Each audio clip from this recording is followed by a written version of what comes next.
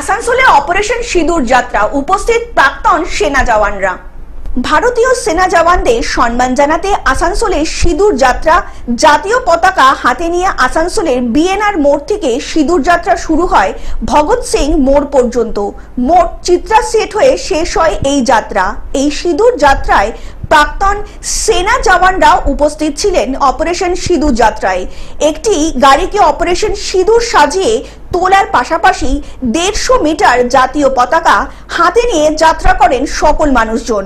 Operation সিঁদুর যাত্রায় পুরুলিয়ার সাংসদ জ্যোতির্ময় সিং মাহাতো, স্কুলটির বিধায়ক ডক্টর অজয় পোদ্দার সহ প্রমুখ নেতৃবৃন্দরা উপস্থিত ছিলেন।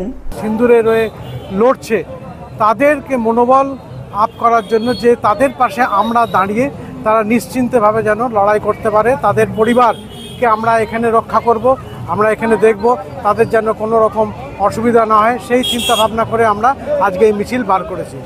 আসানসোল থেকে সৌমিত্র গাঙ্গুলির রিপোর্ট, গ্লোব নিউজ। এখন থেকে গ্লোব টিভি দেখুন আপনার স্মার্টফোনেও। গুগল প্লে স্টোর অথবা অ্যাপল স্টোর থেকে ডাউনলোড করুন গ্লোব টিভি লাইভ অ্যাপ। এছাড়া জিও টিভি অ্যাপ থেকে দেখুন গ্লোব টিভি লাইভ।